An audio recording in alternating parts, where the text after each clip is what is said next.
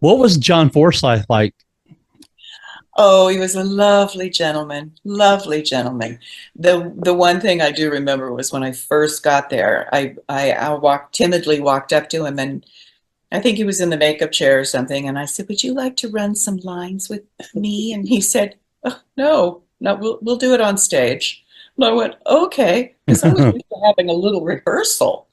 This was a whole new set of things. They were so professional. He'd been doing it so long. He knew what he was going to do.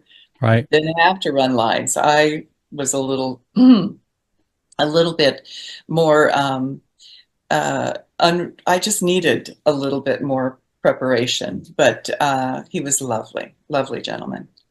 And remember as a little kid watching Charlie's Angels and him being the voice, and I didn't know who he was at the time, being a little kid. And Mhm. then when you realize, I did not know until Dynasty came out, because his voice obviously very distinguishable. I was Yes, like, oh my gosh, that's who was, that's Charlie. Charlie. Yeah, that was Yes, Charlie, because you never yes, ended up seeing him on the show. yes. And because he had those series before, he had series Black and what was it?